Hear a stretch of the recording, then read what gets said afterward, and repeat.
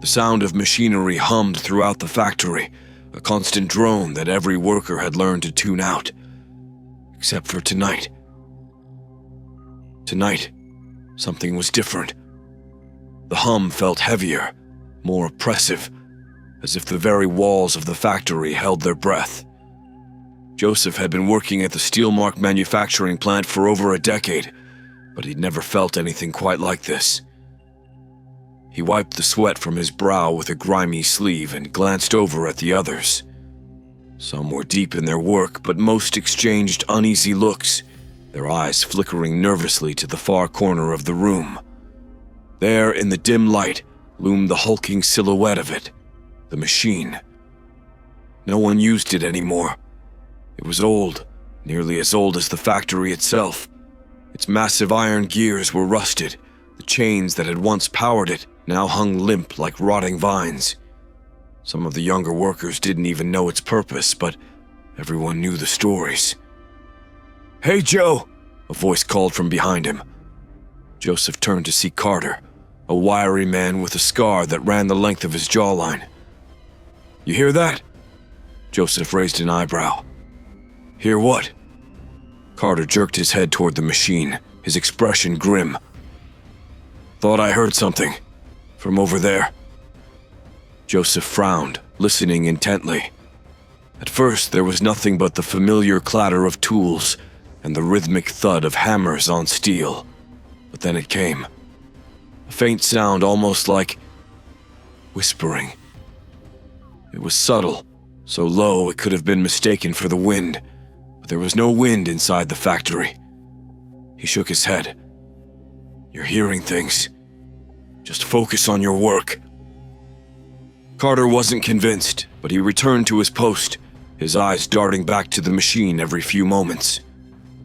Joseph did his best to ignore the growing tension, but the whispers gnawed at him. A sense of dread curled in his stomach, tightening with every passing minute. By midnight, the factory floor was quieter than usual. The usual banter and clatter of tools had been replaced with a thick, uncomfortable silence. The whispering had grown louder. Everyone had noticed it now, though no one dared speak about it. Joseph kept his head down, tightening bolts on a conveyor belt, his heart pounding in his chest. Suddenly, the lights flickered. The overhead bulbs buzzed angrily, casting long, jagged shadows across the room. When they finally stabilized, Joseph caught a glimpse of movement by the old machine. A figure stood near it. A man, or at least the shape of one. His clothes were tattered, and his face. Joseph's breath caught in his throat. The figure's face was missing, a dark, hollow void where his features should have been. He blinked hard, thinking it was just a trick of the light. But when he looked again, the figure remained, staring at him with that empty face. "Joe!" Carter's panicked voice cut through the silence. Joseph whipped around to see him pointing toward the machine, his hand trembling. The machine, which hadn't moved in years, was turning. The gears, once rusted solid, were grinding slowly, the sound of metal on metal filling the air. Chains rattled, dust billowing up from its base. But no one had touched it. The whispers rose to a crescendo, filling Joseph's ears until it felt like his skull would crack. He could hear voices, distinct now, but garbled, pleading, angry. They seemed to echo from every corner of the factory, but their source was clear. The machine. Carter was backing away, shaking his head. "We need to get out of here," he muttered, his voice barely above a whisper. But Joseph couldn't move. His feet felt rooted to the ground, his eyes locked on the machine as it groaned to life. The whispers grew louder, more insistent, and then they stopped. For a brief moment, silence reigned. Then, with a sickening screech, the machine stopped. The gears froze, mid-turn, and the lights flickered once more. Joseph's heart raced, his pulse pounding in his ears. He took a step back, and that's when he heard it. Just one whisper, louder than the rest. "Help us!" Joseph froze, his blood turning to ice. The voice had been so clear, so close, as though it had come from inside his own head. But he wasn't imagining it. He wasn't imagining any of it. The factory was haunted, and the machine, it was alive. The factory's cafeteria was dimly lit, the buzzing of a single fluorescent light overhead, the only sound cutting through the thick, uncomfortable silence. The workers sat in uneasy clumps, sipping lukewarm coffee and speaking in low, hurried whispers. No one wanted to say it, but everyone felt it. The presence in the factory was no longer just a rumor. Joseph sat with Carter and a few others at a small, stained table near the back. Carter hadn't spoken since the incident the night before, his eyes hollow and unfocused. The others shifted in their seats, glancing nervously toward the door, as if expecting something, or someone, to burst through at any moment. Finally, old Frank broke the silence. He was one of the longest-serving workers at Steelmark, his skin leathery, and his hands gnarled from years of labor. He leaned forward, his voice a low rasp. "You boys ever hear about the accidents?" Joseph stiffened. He had heard whispers over the years, but nothing concrete. The factory was old, built at the turn of the century, and its history was littered with stories of tragedy. Still, no one had ever talked openly about it. "What accidents?" Joseph asked, keeping his voice steady. Frank eyed him carefully before continuing. "That machine, the one in the corner, it wasn't always rusted and forgotten. It used to be the heart of this place. Back in the day, it churned out more product than any other piece of equipment in the plant. But it came at a cost." The others leaned in, hanging on Frank's every word. Joseph could feel the tension tightening around them like a noose. "Started small," Frank said, his voice dropping to a conspiratorial whisper. "Couple of workers losing fingers, getting caught in the gears. You know how it goes. They didn't have the safety regulations we got now." He took a long sip of his coffee, letting the moment stretch out before continuing. "But then, things got worse. A lot worse." Joseph's skin prickled with unease, but he couldn't stop himself from asking, "What happened?" Frank stared into his cup, his eyes distant. "It was about 20 years ago. We had a guy named Charlie working here. Good man, always careful. One night, just like any other, he was doing maintenance on the machine. For some reason, it turned on while he was inside, checking the gears." Carter shuddered beside Joseph, but Frank didn't stop. "No one knows how it happened. The machine was supposed to be powered down, but it came to life, dragged Charlie into the gears, chewed him up like he was nothing." Joseph felt his stomach churn, but Frank wasn't done. "After that, they shut the machine down for a while, brought in inspectors. They couldn't find anything wrong with it. They called it a freak accident. But the workers, they knew better." The room seemed to close in around them, the oppressive weight of Frank's words sinking deep. "Charlie wasn't the only one. A few months later, another man, Tommy, was checking the chains. Same thing happened. The machine came to life, swallowed him whole. By then, people were calling it cursed. Said the machine had a taste for blood." Joseph's mouth went dry, his heart pounding in his chest. "Why didn't they get rid of it?" he asked, his voice barely a whisper. Frank chuckled darkly, a sound that chilled the air. "Money, kid. Same reason they don't shut this place down even now. Steelmark was making too much money off that machine to scrap it. They tried to keep it quiet, but people started quitting. Said they could hear voices coming from the machine at night. Some claimed to see faces in the gears, like the souls of those who died were trapped inside. Carter finally spoke, his voice shaky. "And now it's starting again, isn't it?" Frank didn't answer, but his silence said more than words ever could. Joseph's mind raced, piecing together the eerie events of the past few days with the stories Frank had just told. The whispers, the machine turning on by itself, the strange figure he had seen. It all made a twisted kind of sense now. The factory wasn't just haunted by bad luck or faulty machinery. It was cursed by the spirits of the men who had died there, and they were angry. And now, it seemed, they were ready to take more. Joseph stood abruptly, the legs of his chair screeching against the floor. "We need to figure out what's going on," he said, his voice firm despite the fear coiling in his chest. "Before anyone else gets hurt." Frank looked up at him, his eyes dark and knowing. "Kid, if those spirits are back, there's no stopping them." But Joseph wasn't ready to accept that. Not yet. That night, the factory was eerily quiet, as if the building itself was waiting, watching. The usual clamor of machines and workers echoed faintly from other parts of the plant, but Joseph couldn't shake the feeling that the silence here, near the old machine, was unnatural, too heavy, too deliberate. The other workers gave the rusted hulk of iron a wide berth, their eyes flicking nervously toward it, but Joseph stayed close. He couldn't explain it, but something was pulling him there, urging him to confront the nightmare that had haunted their lives for years.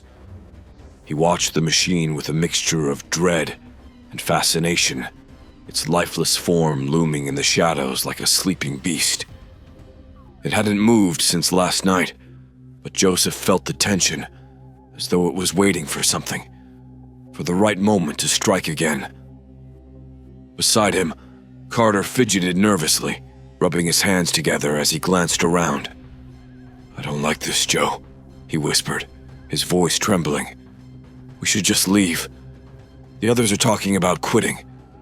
Maybe they're right." Joseph clenched his jaw, staring at the machine. "We need answers, Carter. Something's happening here, and it won't stop unless we figure out what's behind it. Running won't save us." Carter opened his mouth to respond, but before he could, the lights above them flickered. The sudden shift from light to darkness and back again was enough to send a chill crawling up Joseph's spine. His heart pounded in his chest as he turned to the machine. It remained still, but the shadows around it seemed to writhe, as if alive. Joseph blinked, trying to focus, but the shapes twisted and swirled, forming indistinct figures, like people. His breath caught in his throat as the shadows began to take on clearer shapes. Faces, arms, bodies, distorted ghostly outlines of men. The air around him grew colder, and the whispering returned, faint at first, but quickly growing louder. It was no longer a murmur, but a cacophony of voices, all blending together in a chorus of sorrow, anger, and desperation. The words were impossible to make out, but the tone was unmistakable, pleading. Carter gasped beside him, backing away from the machine. "You see them, don't you?" he whispered, his voice barely audible. "The shadows. They're people." Joseph nodded slowly, his eyes locked on the shifting forms. The figures drifted closer, their movements slow and deliberate, like something long dead struggling to recall the motions of the living. The shadows writhed across the floor, reaching toward the machine, their skeletal fingers grasping at the rusted chains. Suddenly, a shadowy figure stepped forward, more defined than the others. It was a man, tall and broad-shouldered, with a face twisted in agony, his eyes wide with terror. Joseph's stomach churned as he recognized him. It was Charlie. The stories Frank had told swirled in Joseph's mind. Charlie, the man who had been swallowed by the machine, whose body had been mangled beyond recognition. And now here he was, or what was left of him, his hollow eyes staring directly at Joseph, filled with rage and sorrow. "Why?" The word came from everywhere and nowhere at once, a low, guttural sound that made Joseph's blood run cold. "Why didn't you stop it?" Joseph stumbled backward, his heart racing. The figure of Charlie moved closer, his ghostly form flickering in and out of existence. Behind him, more shadows followed. Tommy, others whose names Joseph didn't know, all of them staring with the same accusing, empty eyes. The temperature plummeted further, and Joseph could feel the cold seeping into his bones. He turned to Carter, whose face was pale with fear, but his friend was frozen, unable to move or speak. "Help us!" another voice moaned from the shadows. And Joseph realized it wasn't just Charlie and the others who were speaking. It was all of them, the countless souls trapped in the factory, bound to the machine that had taken their lives. Joseph's heart hammered in his chest, his breath coming in short, sharp bursts. I didn't know," he stammered, backing away. "I couldn't have done anything." But the shadows didn't stop. They reached for him, their hands cold as death, brushing against his skin. The touch of the spirit sent a jolt of icy terror through him, and for a moment he couldn't breathe. He felt their sorrow, their anger, their longing for release, and their need for vengeance. Just as Joseph thought he might be consumed by them, a loud metallic clang rang out from the far end of the factory, cutting through the whispers. The shadows froze, their forms trembling as if caught in a struggle between worlds. Then, one by one, they began to fade, dissolving into the darkness like smoke. Joseph collapsed to his knees, gasping for air. The whispering had stopped, and the shadows were gone. The factory was silent once more, but the weight of what had just happened hung heavy in the air. Carter knelt beside him, his face pale and drawn. "What do we do now, Joe?" he asked, his voice barely a whisper. Joseph looked up at the machine, its dark, rusted form looming over them like a predator. "We find out what it wants," he said, his voice trembling, "before it claims more lives." The next few days at Steelmark passed in a haze of fear. Workers avoided the old machine at all costs, speaking in hushed tones, their eyes haunted by what they had seen. Some quit on the spot, unwilling to return to a place where the air itself seemed thick with death. Joseph couldn't blame them. But Joseph, Carter, and a handful of others stayed behind, tethered by a grim determination. They had to figure out what was happening, and deep down, Joseph knew that if they didn't, the factory would never let them leave. Not truly. It started small.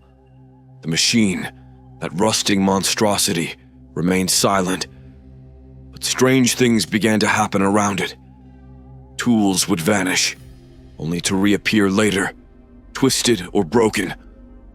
Workers reported cold spots on the factory floor, icy tendrils of air that moved like something alive.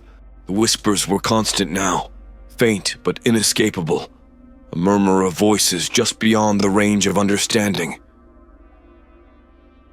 One evening, as the workers prepared to shut down for the night, Joseph and Carter lingered near the machine. The others had already filed out, eager to escape the oppressive atmosphere, but Joseph couldn't bring himself to leave. The pull of the machine had grown stronger, more insistent. "I don't know how much more of this I can take," Carter muttered, pacing back and forth. His eyes were red from lack of sleep, his hands shaking. "We should burn it. Just burn the damn thing to the ground." Joseph shook his head, staring at the machine as if it might move again. "I don't think fire would stop it. Whatever this is, it's too deep. It's not just a machine anymore." Carter paused, his face contorting with frustration. So, what do we do then? Wait until it claims another victim? Joseph didn't have an answer. He was about to suggest they leave for the night when the lights flickered. The air grew thick, heavy with the smell of rust and something else. Something foul, like decaying flesh. Joseph felt a cold sweat break out across his skin. Then came the sound. It started low, like a distant rumble, but quickly grew louder. A grinding noise, the unmistakable screech of iron on iron. Joseph turned slowly, his stomach lurching as the machine began to move. The rusted gears, which hadn't turned in years, groaned to life. Chains rattled, jerking as if pulled by invisible hands. The machine's metal arms shuddered, dragging themselves into motion with a screech that set Joseph's teeth on edge. Carter backed away, his face pale. This isn't possible. But it was happening. The machine was alive again. As Joseph watched in horror, he saw something that made his blood run cold. The iron frame of the machine, once dull and corroded, was shifting, warping as though it was no longer bound by the laws of steel and metal. The rusted joints bent unnaturally, creaking as they formed the rough outline of a body. The machine was taking on human form. It wasn't perfect. It was grotesque, a twisted mockery of flesh and bone, but the transformation was unmistakable. The chains twisted and coiled like sinew, pulling tight around the iron frame as the machine stood, towering above them. Where the face should have been, there was only darkness, a yawning void that radiated malice. "Joe!" Carter's voice cracked as he backed away, his eyes wide with terror. "We need to go. Now." Joseph couldn't move. He was rooted to the spot, paralyzed by the sight of the machine's transformation. The whispers returned, louder now, filling his mind with a relentless barrage of voices. He could hear them, Charlie, Tommy, the others, all pleading, all screaming for release. But there was another voice now, deeper and colder than the rest. "You are part of us now." Joseph's heart thundered in his chest.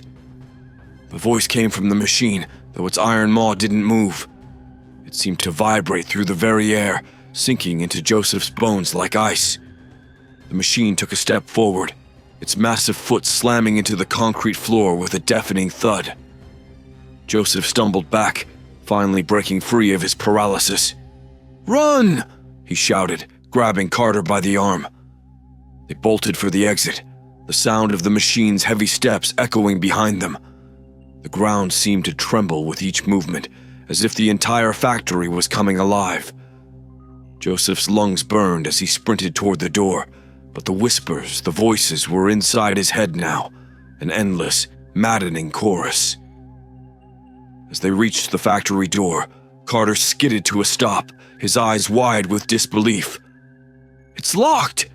The damn door's locked!" Joseph tugged at the handle, panic rising in his throat. The door, which had been fine just moments ago, wouldn't budge. It was as though the factory itself had sealed them in. Behind them, the machine's steps grew louder, closer. Joseph could feel the cold air wrapping around him, the whispers clawing at his mind. The machine was coming for them, and there was nowhere to run. Joseph's pulse hammered in his ears as he yanked uselessly on the locked door. Carter was still beside him, gasping for breath, his face pale in the dim factory light. Behind them, the machine's monstrous footsteps echoed ominously through the cavernous space, each step sending vibrations through the floor. It's coming," Carter panted, eyes wide, wild. "We're trapped, Joe!"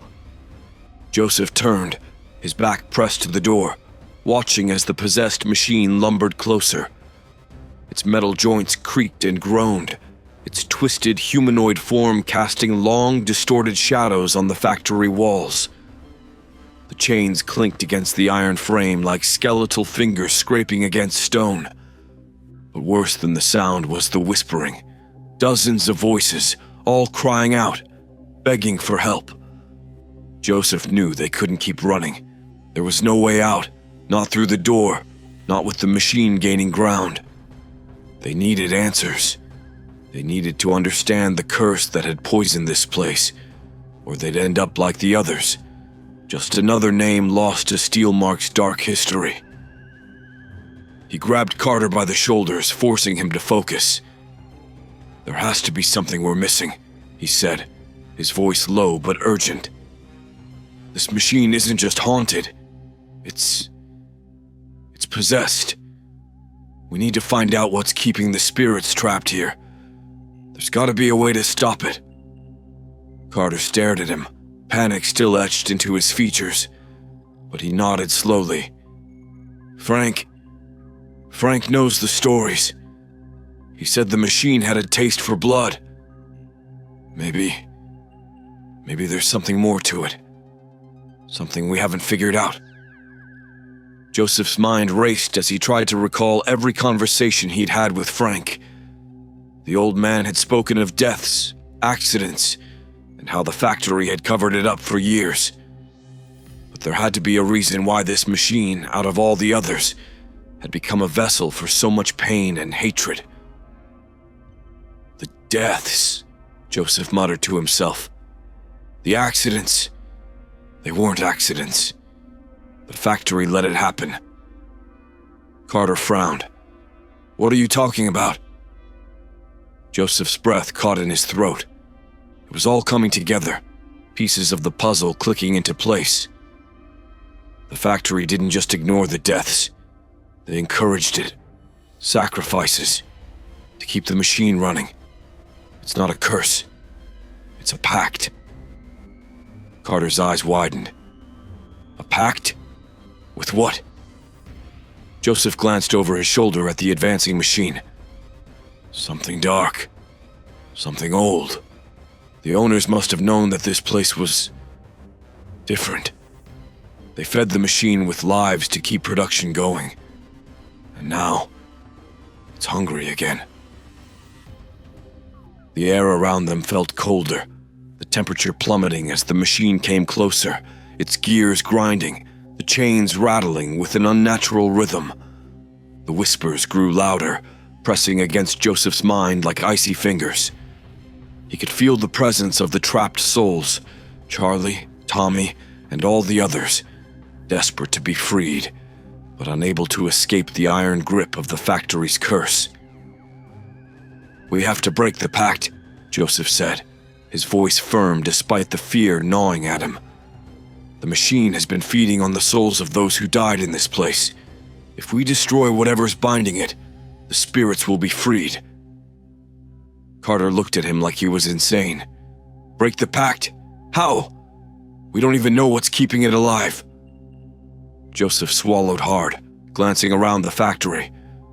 There had to be something. A symbol, a ritual, some kind of object that anchored the curse. His eyes landed on the far side of the factory floor, where the foreman's office sat, dark and foreboding. The office had been closed for years, long abandoned when the factory automated more of its processes. But if there was any clue to be found, it would be there. "The foreman's office," Joseph said, grabbing Carter's arm and pulling him toward it. "That's where we'll find the truth." Behind them, the machine let out a low metallic groan, its iron frame shuddering as it lumbered after them.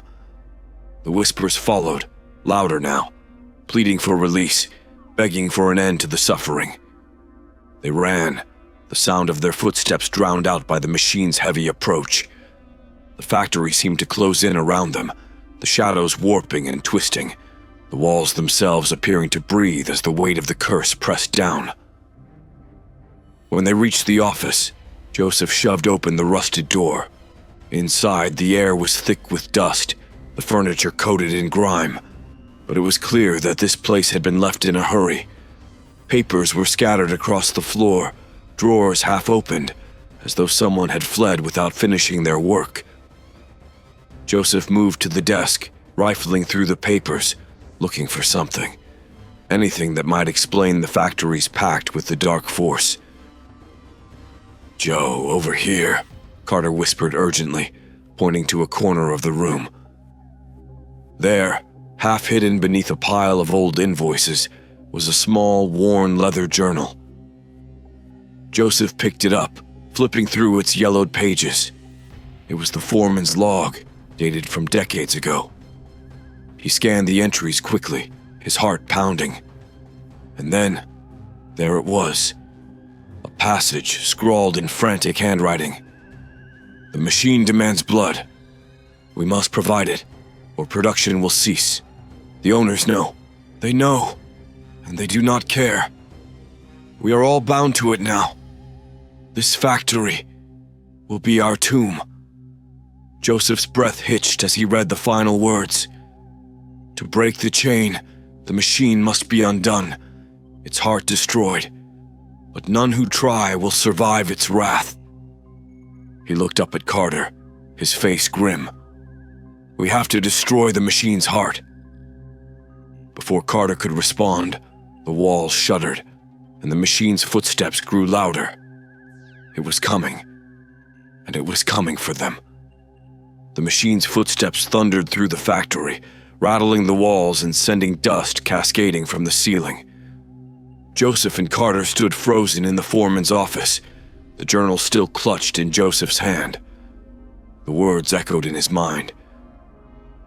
The heart must be destroyed. But what was the machine's heart? Where could it be? "We don't have much time," Carter whispered, his voice hoarse with fear. "It's coming, Joe. We have to move." Joseph nodded, his mind racing. The machine was an ancient beast, driven by blood and suffering, but it was also something more. A vessel for the vengeful spirits of the dead. Whatever was binding the souls to it had to be central, the core of its twisted power. "The heart," Joseph muttered, glancing at the journal again. The foreman had written it as though it was a literal thing. He looked at Carter. "We need to go back. We have to find the core of the machine."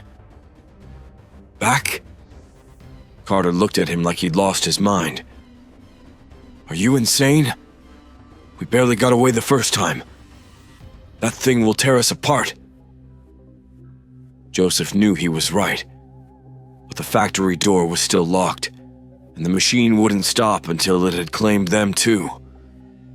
If they didn't act now, they would end up just like the others, spirits bound to the cursed machine, trapped in endless torment. "We don't have a choice," Joseph said, his voice steady despite the rising panic in his chest. "We destroy the heart, or we die here." Carter stared at him for a long moment, his face pale, his eyes wide with terror. But then he nodded, a grim resignation settling over him. "Fine, let's end this." They stepped out of the foreman's office, the factory floor stretching out before them like a graveyard. The air was thick with an unnatural cold, the distant sound of gears grinding and chains rattling growing louder with every passing second. The machine was hunting them. Joseph's eyes scanned the rusted mass of iron in the center of the room. The machine was massive, an intricate tangle of gears, pulleys, and chains. But there had to be something, somewhere deep within it, that powered it. The heart. "There," Joseph said, pointing to the base of the machine, where the gears turned slowly, groaning under the weight of their own cursed existence. It was an ancient engine, and at its core something pulsed, a faint rhythmic glow that flickered like a dying ember. "That's it," Carter breathed, his eyes fixed on the eerie light. "That's the heart." They moved cautiously toward the machine, the air around them buzzing with the whispers of the trapped souls. Joseph could feel their presence, thousands of voices crying out for release. The machine groaned, its iron limbs twitching as though it sensed their approach. The heart was embedded deep in the machine, encased in layers of metal. It was no larger than a human head, but its energy was palpable. The closer they got, the stronger the whispers became, until Joseph could barely hear his own thoughts. The spirits were growing desperate. Suddenly, the machine let out a deafening screech, its massive frame lurching toward them. Metal arms swung through the air, gears spinning faster, chains whipping through the darkness like serpents. The machine was fighting back, defending its heart. "Move!" Joseph shouted, ducking as one of the metal arms swung dangerously close to his head. He and Carter scrambled forward, dodging the violent thrashing of the machine as it tried to stop them. They reached the base, and Joseph wasted no time.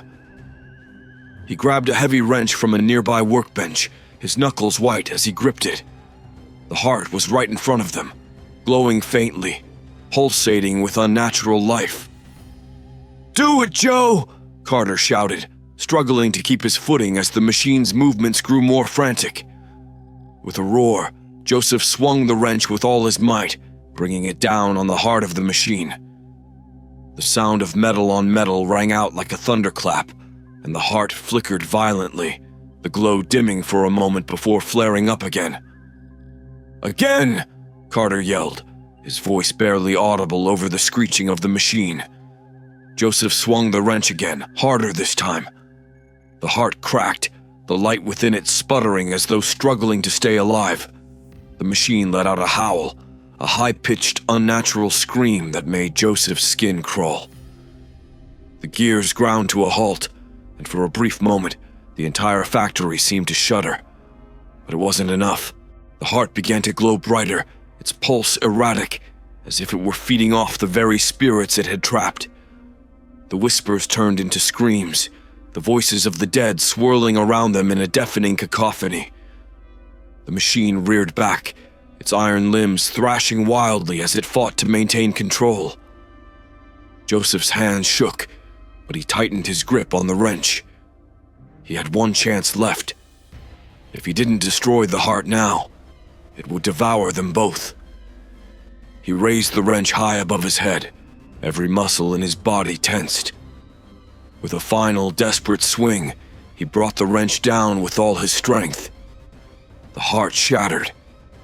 For a moment, there was nothing but silence. The machine froze, its gears grinding to a halt. The light within the heart flickered once, twice, and then went out. And then, the entire factory began to collapse.